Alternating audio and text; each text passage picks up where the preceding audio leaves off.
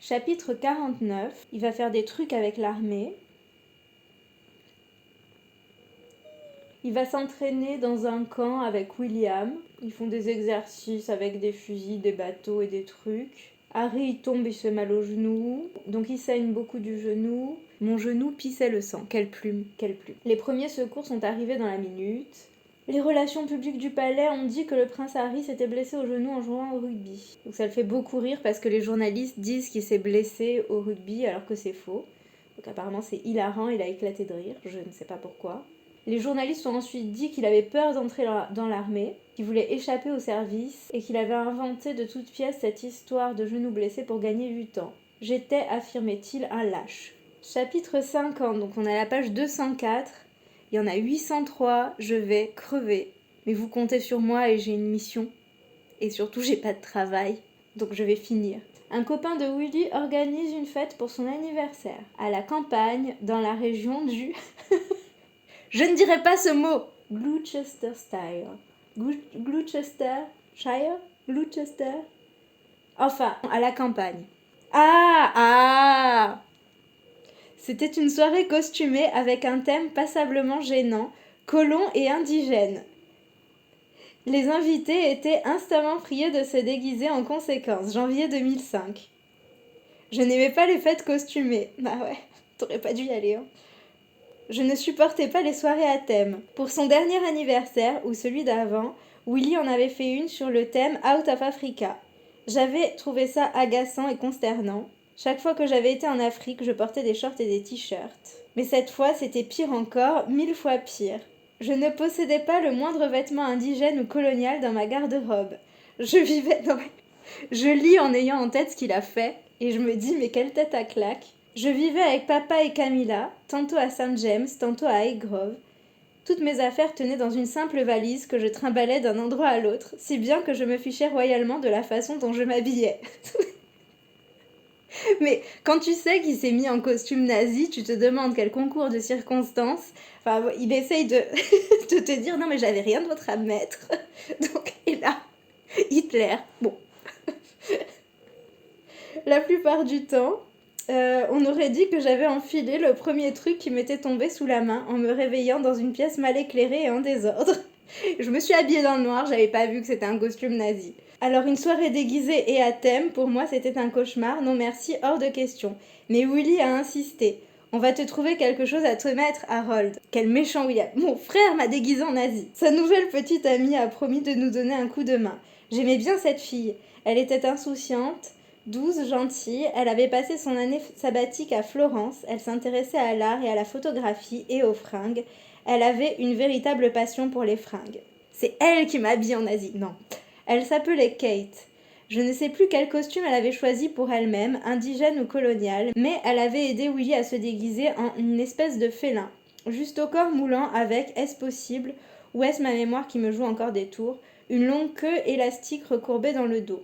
Il a essayé sa tenue devant nous, on aurait dit le fils caché de Tigrou et de Baryshnikov. Et ça, on n'a pas les photos quand même, c'est dommage. Kate et moi, écroulés de rire, nous sommes bien foutus de lui. Il était ridicule, surtout devant le miroir à 3 faces. Mais le but de la soirée, ont-ils dit tous les deux, était précisément d'avoir l'air le plus ridicule possible. J'aimais voir Kate rire. J'aimais encore plus la faire rire. J'étais plutôt bon à ce petit jeu. Mon côté déconneur revendiqué était en phase avec le sien, qu'elle prenait pour sa part grand soin de dissimuler. J'avoue, elle a pas l'air... elle a l'air assez pas rigolote. Chaque fois que je m'inquiétais à l'idée que Kate soit celle qui finirait par me prendre William, je me consolais en pensant à tous les fous rires que nous aurions ensemble, et je me disais que tout irait pour le mieux dans le meilleur des mondes. Une fois que j'aurais trouvé à mon tour une petite amie sérieuse, qui pourrait se joindre à nos parties de rigolade. Spoiler, non. Peut-être que mon déguisement ferait rire Kate, me disais-je. Encore fallait-il le choisir. En quoi Harold serait-il déguisé ? C'est devenu notre sujet de conversation numéro 1. Le jour dit, on a décidé que j'irais dans un village voisin, où il y avait un magasin de farces et attrapes bien connu. J'étais sûre de trouver quelque chose là-bas. Mes souvenirs deviennent un peu confus, même si certains détails me reviennent avec une clarté indubitable. L'odeur dans ce magasin est inoubliable. Je me rappelle ce mélange capiteux d'humidité. Oh, on s'en fout, on s'en fout. J'ai parcouru ces interminables rangées de portants, examiné les costumes suspendus. sans jamais rien trouver qui me convienne. Comme je n'avais plus beaucoup de temps, j'ai fini par m'arrêter sur 2 choix possibles. Un uniforme de pilote de l'armée de l'air britannique et un uniforme nazi couleur sable, avec un brassard à croix gammée et une casquette plate. Mais à quel moment tu te dis, je sais pas, il le dit, il y a des interminables rangées de costumes suspendus. Comment tu arrives à garder dans les 2 choix celui-là? J'ai appelé Willy et Kate pour leur demander leur avis.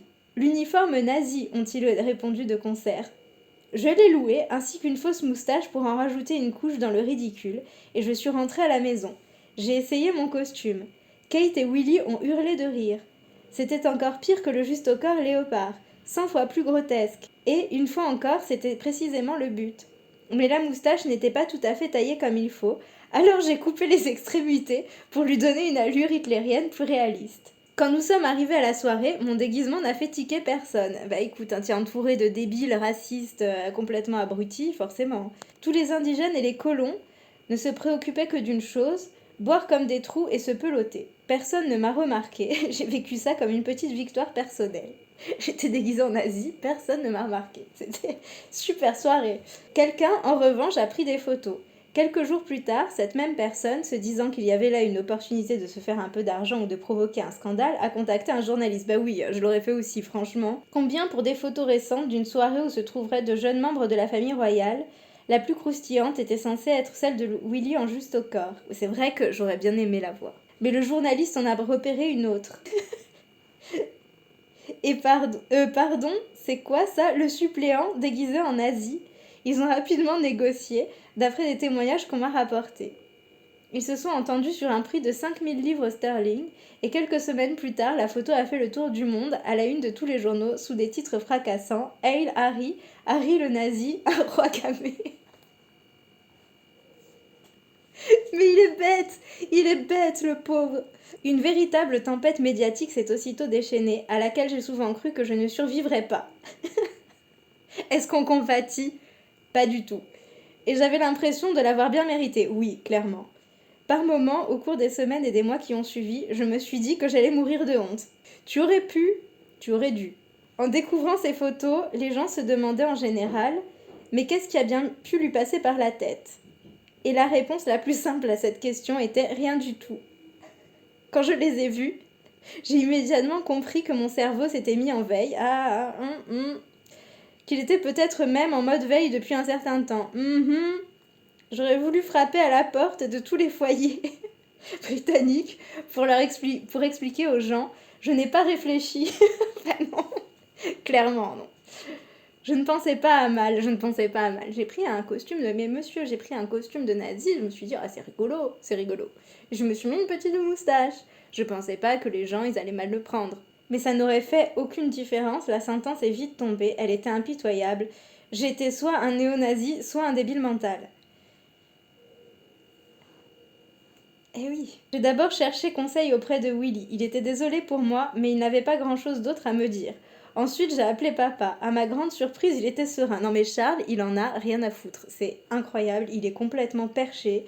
Il lit Shakespeare. Son fils se déguise en nazi. Il est débile. À ma grande surprise, il était serein. Au début, ça m'a paru louche.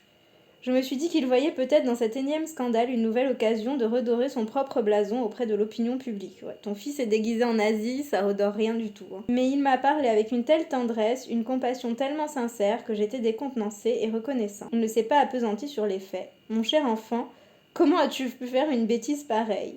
J'avais les joues en feu, je sais, mais il a aussitôt mis ça sur le compte de l'inexpérience et de l'inconscience. Lui aussi avait été vilipendé pour des erreurs de jeunesse, m'a-t-il dit. La jeunesse était par la définition une période de la vie où on manquait de maturité. En même temps, il est majeur là, il n'a pas non plus 12 ans. Tu es encore en train de grandir, de mûrir, d'apprendre. Il n'a certes pas énuméré les humiliations de ce temps-là, mais je savais, ses conversations les plus intimes avaient été dévoilées au grand jour. Ses moindres remarques déplacées avaient été rapportées de manière disproportionnée. On était allé interroger ses anciennes petites amies dont les confidences sur les prouesses amoureuses s'étaient retrouvées étalées à la une des tabloïds et même dans des livres. L'humiliation, il connaissait. Alors, c'est pas tout à fait la même chose de voir dans la presse, enfin, d'avoir dit à ta maîtresse que tu aimerais être son tampax et te déguiser en nazi. La honte ne s'effacerait jamais et il n'y aurait aucune raison pour qu'elle s'efface. Bah, t'as raison d'avoir honte, hein. Jour après jour, le scandale gagnait en ampleur. J'étais clouée au pilori dans les journaux, à la radio, à la télé. Certains élus du Parlement ont réclamé ma tête. Donc les collaborateurs de papa, pour que l'affaire se tasse, ils disent qu'il faut une sorte d'expiation publique. Harry dit d'accord, et papa l'envoie voir un saint homme. Qui est-ce? Chapitre 51. Le saint homme est le grand rabbin de Grande-Bretagne. Il a des yeux sombres empreints de sagesse. Encore une grand-mère feuillage. Il a condamné son comportement. Il lui a dit qu'il y avait eu 6 millions de morts, des communautés exterminées. Les juifs, les polonais, les opposants politiques, les intellectuels, les homosexuels. Oui, mais Harry dormait en cours d'histoire, donc il savait peut-être pas. Les enfants, les bébés, les vieillards assassinés, réduits en cendres. À peine quelques dizaines d'années plus tôt. Donc maintenant il se déteste, Harry. Haine intense dirigée contre moi-même. Mais ce n'était pas l'intention du rabbin. Les gens font des bêtises, m'a-t-il assuré. Disent des bêtises, mais cela ne signifie pas nécessairement que c'est dans leur nature intrinsèque. Le grand rabbin lui accorde son pardon. Donc Harry, il regrette, mais quoi qu'il fasse, les voix s'érigent de plus en plus nombreuses, de plus en plus hargneuses, pour réclamer qu'on lui interdise d'intégrer les rangs de l'armée. Donc les hauts gradés de l'armée le veulent quand même, parce qu'ils disent qu'il n'était pas techniquement soldat quand il s'est déguisé en fureur. Donc ça va. S'il veut se comporter comme un crétin, libre à lui. Chapitre 52. Il a un nouveau secrétaire personnel qui s'appelle Jamie Lowther Pinkerton, qu'ils appellent JLP. On pourrait aussi bien l'appeler Marco 2 ou peut-être Marco 2.0. Ah, encore une grand-mère feuillage. C'est Marco qui a repéré JLP et l'avait recommandé à papa. Ah, un mal alpha. Il se lave avec Axe, lui aussi, je pense. JLP était d'un calme olympien et légèrement guindé. Il portait des boutons de manchette en or étincelant, ainsi qu'une chevalière également en or, symbole de sa probité, de sa fiabilité et de sa foi inébranlable en une certaine forme d'éthique et de loyauté. Parce que oui, si tu portes des boutons de manchette et une chevalière, ça veut dire que tu es loyal. Ah! En dépit de ses apparences impeccablement lisses et soignées, JLP était un vrai dur, un pur produit des plus prestigieuses écoles militaires britanniques, ce qui voulait dire, entre autres choses, qu'il était teubé. Non, qu'il n'était pas là pour plaisanter. Il ne racontait pas de conneries et il ne fallait pas lui en raconter. C'est Pascal le grand frère. Quand les autorités britanniques avaient décidé de lancer une vaste offensive contre un cartel de drogue colombien, c'est à JLP qu'elles avaient confié la direction des opérations. Quand l'acteur Ewan McGregor avait entrepris de traverser la Mongolie, la Sibérie et l'Ukraine à moto, un périple de 3 mois pour lequel il avait dû apprendre à survivre en conditions extrêmes, c'est vers JLP qu'il s'était tourné. La principale qualité de JLP à mes yeux était son respect inconditionnel pour la vérité. Donc comme il a confiance en lui, et qu'apparemment il a les bons réseaux, Harry lui demande s'il pouvait l'aider à se procurer certains documents secrets afin de lever le voile sur un pan de la vérité en l'occurrence sur l'accident de voiture de maman. Et c'est là qu'on va apprendre qu'Elisabeth l'a fait assassiner. Donc JLP, il se soucie de la tradition, du protocole et de la hiérarchie. Et pour lui, ça va à l'encontre de tous ses paramètres. Donc il lui dit que voir ces documents pourrait être perturbant pour lui. Oui, je sais, c'est un peu le but en fait. Il a hoché la tête. Ah, je vois. Quelques jours plus tard, il l'emmène dans un minuscule bureau du palais Saint-James, desservi par un escalier de service. Et il lui a tendu une grande enveloppe beige rigide. Donc Harry regarde des photos de l'accident de sa mère. Il se rend compte que les photos n'ont pas été prises par la police, mais par les paparazzi et autres photographes présents sur les lieux, à qui la police française avait confisqué les appareils. Quelques photos avaient été prises quelques instants à peine après l'accident, d'autres beaucoup plus tard. Donc il se rend compte qu'elle est éclairée de lumière dorée, il ne comprend pas pourquoi, et il réalise que ce sont des flashs d'appareils photo. Il voit les paparazzi sur les photos. Ces hommes qui l'avaient prise en charge et n'avaient pas cessé de la mitrailler alors même qu'elle gisait là, entre les sièges, inconsciente ou à demi consciente. Donc il dit qu'il savait pas du tout que des paparazzi étaient rentrés dans le tunnel pour prendre des photos. C'est étrange parce que ça avait fait polémique tout de suite, donc il se rend compte qu'elle n'était pas blessée, qu'en tout cas elle n'avait pas de marque d'accident.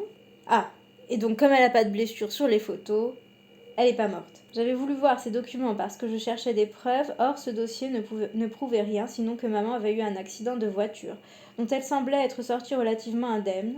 Chapitre 53. Harry s'en va en guerre, avec une planche à repasser, parce qu'il est obligé de repasser ses trucs. On fait la guerre, on tue des gens, mais sans faux plis. Il y a plein d'hommes virils, des colosses dopés à la testostérone, mais ils ont tous des petits bichons, shih tzu ou des carlins. Mais il sait pas pourquoi. Il nous hurlait dessus, le nez collé à notre visage, empestant l'aftershave, et il ne nous lâchait jamais la bride, pas une seule seconde. Il nous humiliait, nous harcelait, criait et ne faisait pas de mystère de leur objectif, nous briser. Bienvenue dans l'armée. Mieux valait que ce soit eux qui nous brisent plutôt que l'ennemi. Il y en a plein qui abandonnent parce qu'ils en ont marre de se faire crier dessus, mais Harry non, il reste, il aime bien. Il ne pouvait pas me briser, me disais-je, peut-être parce que je l'étais déjà. Donc il est content parce qu'il n'y a pas de paparazzi. Mais il y a quand même un journaliste du Sun qui trouve le moyen de s'introduire en douce. Chapitre 54, donc il est toujours à l'armée. Il se lève à 5h du matin, il doit boire une grande bouteille d'eau, et c'est une bouteille de l'armée en plastique noir. Et le liquide versé dedans a le goût de vieux plastique et de pisse tiède. Il ne peut pas dire de l'urine, du pipi, non, il est obligé de dire... Donc il court tous les matins, parfois avec un sac de 40 kilos sur le dos. Il court encore jusqu'à ce qu'il tombe dans les pommes. Il grimpe à la corde. Le but, c'est de briser le moi pour qu'il devienne une troupe. Majuscule à une, majuscule à troupe. Votre régiment, votre pays, vous n'aurez plus que ça dans la caboche, bande de troufions. Moi, je pense que je serais morte. Je ne savais pas vraiment ce que les autres cadets pensaient de tout ça, mais moi, ça m'allait très bien. J'étais partant sur toute la ligne. Donc lui, ça va parce qu'il ne tient pas à son identité. Il s'endort tous les soirs rempli de gratitude parce qu'on l'a traité comme une merde. Chapitre 55. C'est page 222 et apparemment il est toujours pas allé chez un psy parce qu'il a quand même pas mal de problèmes. Donc il doit apprendre ce qu'est la guerre. Il a des exercices de simulation de combat. Il creuse des tranchées. Il met des masques. Il se recroqueville en position fétale. Il répète pendant des heures et des heures en prévision de l'apocalypse. N'empêche, si une attaque nucléaire arrive à peut-être survivre. Nous non. Moi non, ça c'est sûr. Donc il va dans un cimetière militaire écouter des poèmes. Enfin, ça fait partie de la formation, c'est d'aller dans un cimetière militaire, d'écouter des poèmes sur tous les gens qui sont morts. La gloire de la mort, la beauté de la mort, la nécessité de la mort. Il est doux et honorable de mourir pour sa patrie. Non merci. Donc il n'aime pas du tout les cours de stratégie militaire, et de psychologie, et d'histoire. Il faut mémoriser les dates, analyser des batailles célèbres, écrire des dissertations sur les concepts de stratégie militaire. C'est ce qu'il trouvait le pire, il préférait faire du footing. Il préférerait passer 5 semaines supplémentaires de supplice physique. Il s'est endormi en cours. Il apprend à se servir d'une baïonnette. Les sergents-chefs ont mis une musique punk rock infernale à plein volume pour exciter notre instinct animal et nous avons commencé à nous ruer sur des mannequins en sac de sable, baïonnettes en avant, pour les pourfendre en hurlant « Crève, crève ». Bref aperçu de la face la plus sombre de la nature humaine.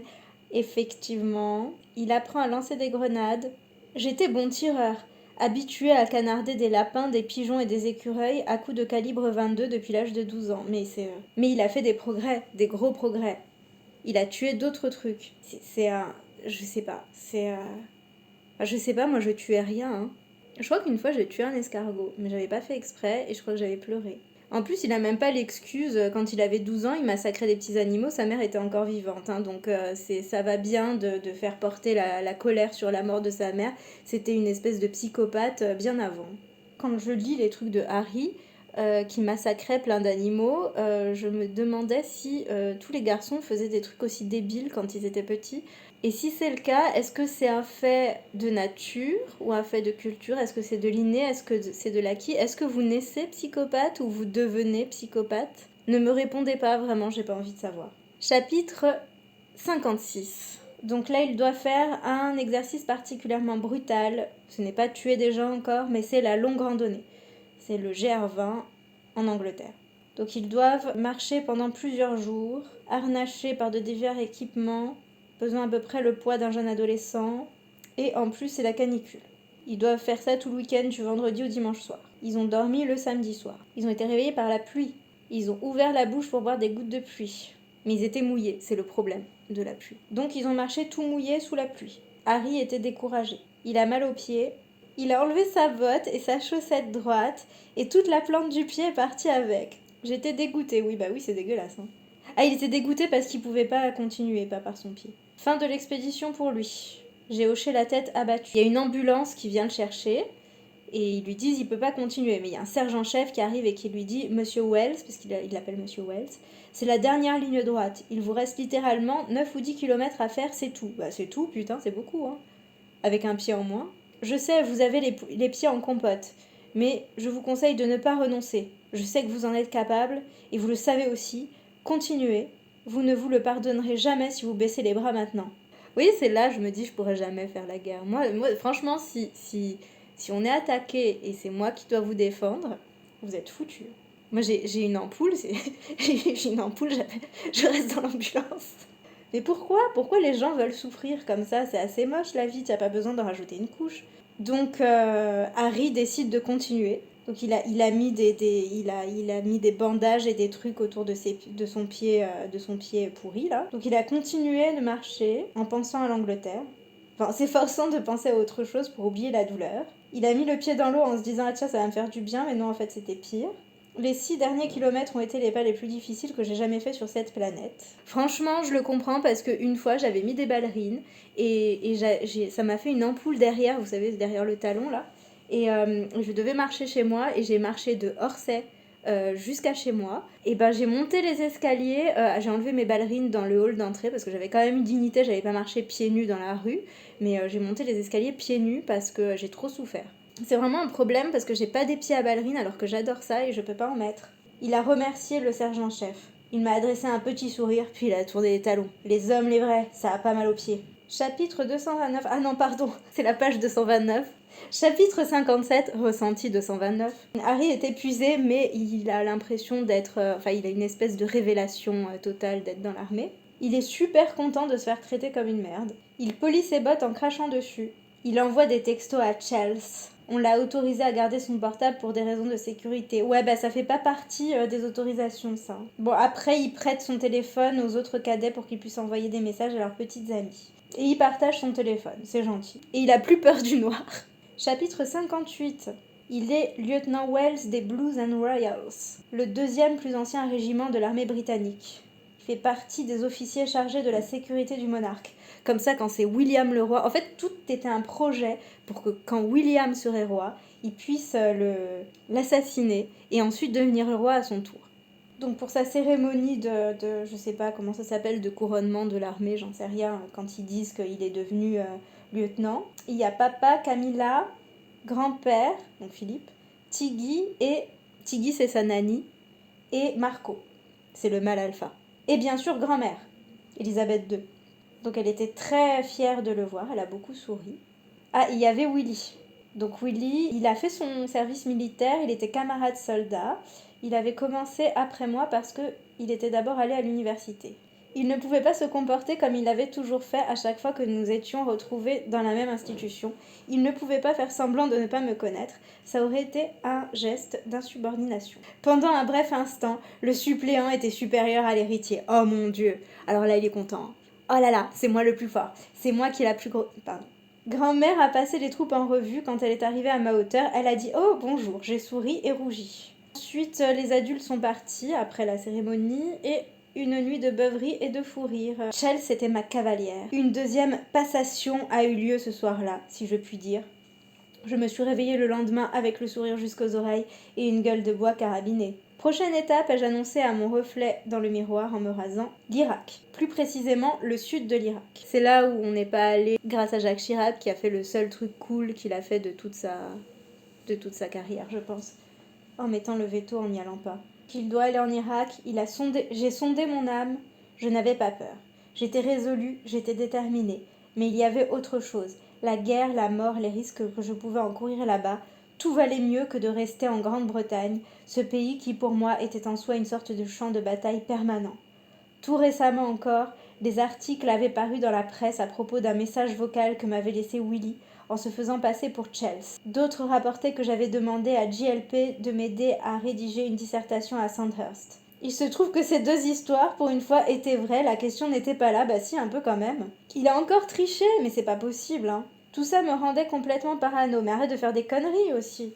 Donc il se méfie de tout son entourage. Pendant une fraction de seconde, j'ai même douté de Marco. C'est dire à quel point la méfiance nous avait contaminés. Quelqu'un, dans notre entourage le plus intime, dans notre cercle le plus intime, filait des tuyaux à la presse sur Willy et moi. Quel soulagement ce sera, me disais-je, de rejoindre une authentique zone de guerre, où rien de tout cela ne viendrait parasiter mes pensées au quotidien. Par pitié, envoyez-moi sur un vrai champ de bataille, là où au moins les règles de combat sont claires et nettes. Là où le sens de l'honneur veut encore dire quelque chose.